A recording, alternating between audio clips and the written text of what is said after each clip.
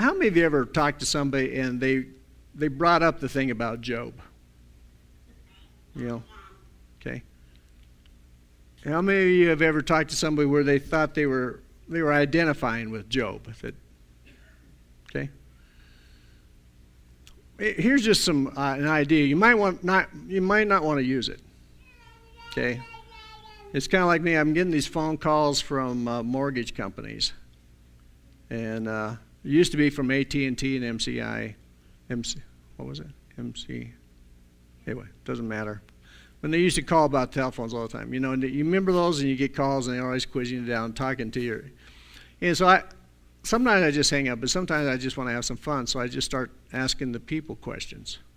Hey, are you married? Or hey, are you got kids? Hey, how's your life? You know, hey, well, you know, and they're trying to read the script, and it really throws them. I really feel sorry for them because I'm really messing, because they got people recording and listening, and so I know I'm mean, but I sometimes like to just do it till they hang up on me, switch the tables around. But when it comes to this thing of, oh, I'm just like Job, and what I was going to say, you might not want to do that with telemarketers, and you might not want to bring this up when people say, well, you know, I guess God is testing me like he tested Job. You know, I just say, what, you kind of identify with Job? Yeah, I kind of identify. So you're one of the richest people in the earth. Well, no. Well, Job was. If you're going to identify with the story of Job, first of all, you got to be one heck of a wealthy person, because that's his story, right? And then at the end, and also then, so you're planning to get twice as wealthy when this is all over, huh?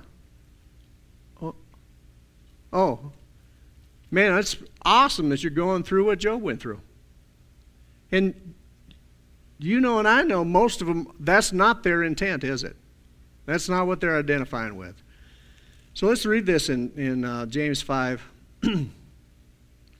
Verse 11 says, behold, we count those blessed who endure. Now see right there, you can actually say, oh, I got to endure. I got to endure. Again, I'm like Job, just being tested by fire, or like Paul or whatever. But it's like our perspective can be so radically different if we just let God fill up our eyes with something different. We can take the same Word of God and totally see it different than anybody else is seeing it. And once in a while, when you're contrary to everybody else, you're really wondering, am I the one that's messed up? Because I'm the only one seeing this. But remember, usually the majority is messed up, not the minority. I mean, well, usually the majority is wrong. But please, just allow yourself once in a while to look at things and say, have I been looking at this wrong all my life? Can I look at this a different way? So it says here, behold, we count those blessed who endure. See, you can either focus down on the endurance, or you can also look on the word blessed. Am I a person that is to be envied? Am I a person that people would look at and say, boy, I wish I had their life? Because that's what that word blessed means. Blessed are those who endure. Most people, when they look at Job or look at a lot of things, they just see the negative. They just see, well, you know.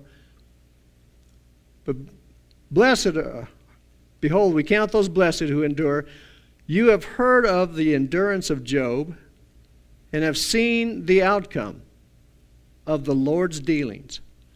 You know, most people I talk to about Job have never talk about the outcome. I don't, unless there's somebody else that I'm fellowshipping with that is on the same, you know, obviously, usually it's ministers that, or somebody that's listened to somebody's message on Job, and it's usually like, there's just very few that look at the outcome. This word look doesn't mean just glance at it. It means make it your main focus. The main focus about Job was to look at the outcome of the Lord's dealings. That the Lord is full of compassion and is merciful. Full of compassion. And Paul said, I pray that you be full of the love of God.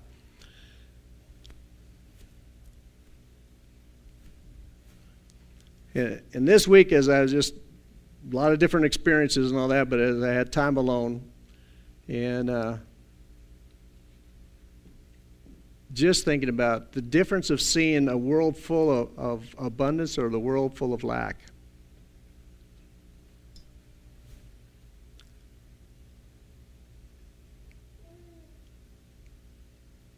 Where is most of our thoughts down that line? Is this a world of lack or a world of abundance? Is God, and especially then coming back to the man who created this world, is he a God of lack or a God of abundance?